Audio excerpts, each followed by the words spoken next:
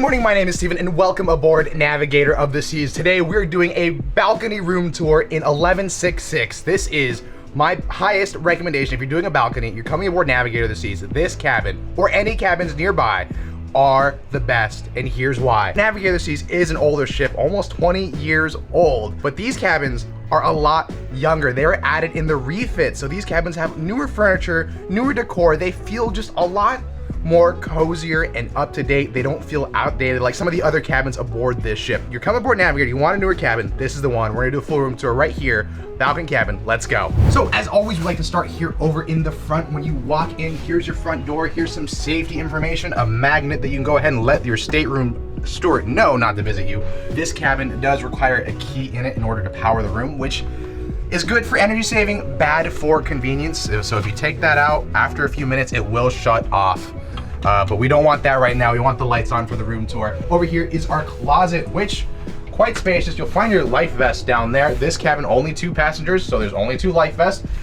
The hangers are actually in nice condition right now. Of course, if you want to, you could always request more hangers at any time from your cabin steward. But, oh man, these are so much nicer than the older cabins aboard this ship.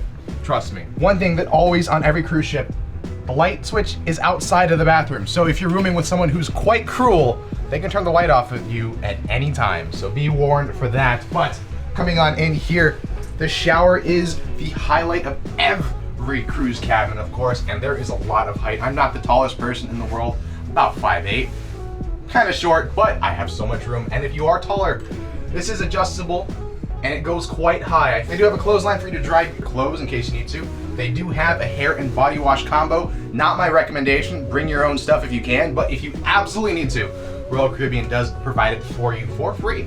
And there is some place for you to go ahead and place your own soaps and stuff. Standard sink, mirrors. Oh, there's some shelves over on the left, your towels, your toilet. It's a cruise bathroom. It's quite small, but a little spacious, a little bit. Over here into the main part of the cabin is actually really nice. There's a lot of space in this cabin. Like I said, this is only for 2 people, so 2 guests can stay in here. So this couch does not convert, it's just a standard couch. But I mean, it's not a bad couch, actually quite comfortable. I wouldn't mind sitting here and watching TV up on the opposite side where there is TV for you to watch. This is actually one of the newer screens. Some of the TVs on board some of the ships can be very old, very small. This one is a nice flat screen TV. Here's your vanity mirror, of course, and this is actually where you're gonna find Corey in the background. This is where you're gonna find your outlets. So you have 2 US outlets and then 1 international, and they actually have 2 USB outlets for you as well, which not all the cabins on board the ship do have, so that's actually really nice. One of the added benefits of being in one of the newer cabins aboard. Plenty of space on board. You'll find a nice small safe, maybe to fit things like your keys, wallet, and a passport, maybe some money, but you're not gonna fit anything greater than that. Maybe a phone, not an iPad for sure.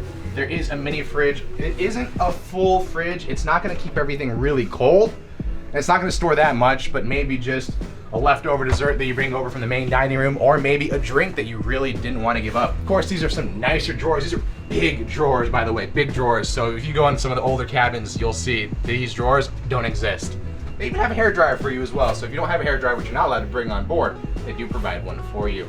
Oh man, look at these drawers. They just close so nicely. This is obviously the best part of any cruise cabin, and that is the bed. These do split into 2 twins, or they can be combined as they are right now. If you like the person you sleep with, then maybe you keep them together. If you hate the person you sleep with and you keep them apart, this is my cabin. Corey, the cameraman, is actually the one who's staying in this cabin by himself, so he's keeping it together. You do be warned when you do that, there is gonna be that split in the bed right in the middle. You'll find that when you do solo. Anywho, nice little phone right there, nice little nightstand for you. You can also control the lights.